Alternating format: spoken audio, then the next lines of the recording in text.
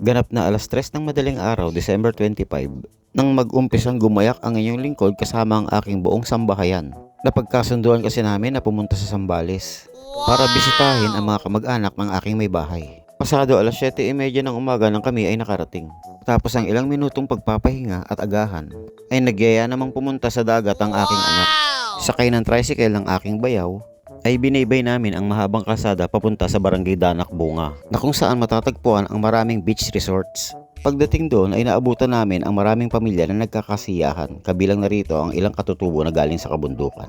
Habang papalapit kami sa dagat ay napagtanto namin na masyadong matataas ang alon, na siyang dahilan para hindi na kami maligo at bagkos ay magpicture-picture na lang. Ano man yung binabalak mo kapatid, wag mo nang ituloy. Matapos ang ilang minutong pananatili sa beach, ay nagdesisyon na kaming umuwi. Pagdating doon ay agad namang sumabak sa kantahan ng aking may bahay. Dahil ngayon nga lang sila nagkita-kita ay nagdesisyon ang mga magpipinsan na pagsamasamahin ang kanilang pananghalian para aming pagsaluhan. Matapos ang ilang oras na kamustahan at kwentuhan ay niyaya ko na magpahinga sa kwarto ang aking mga anak.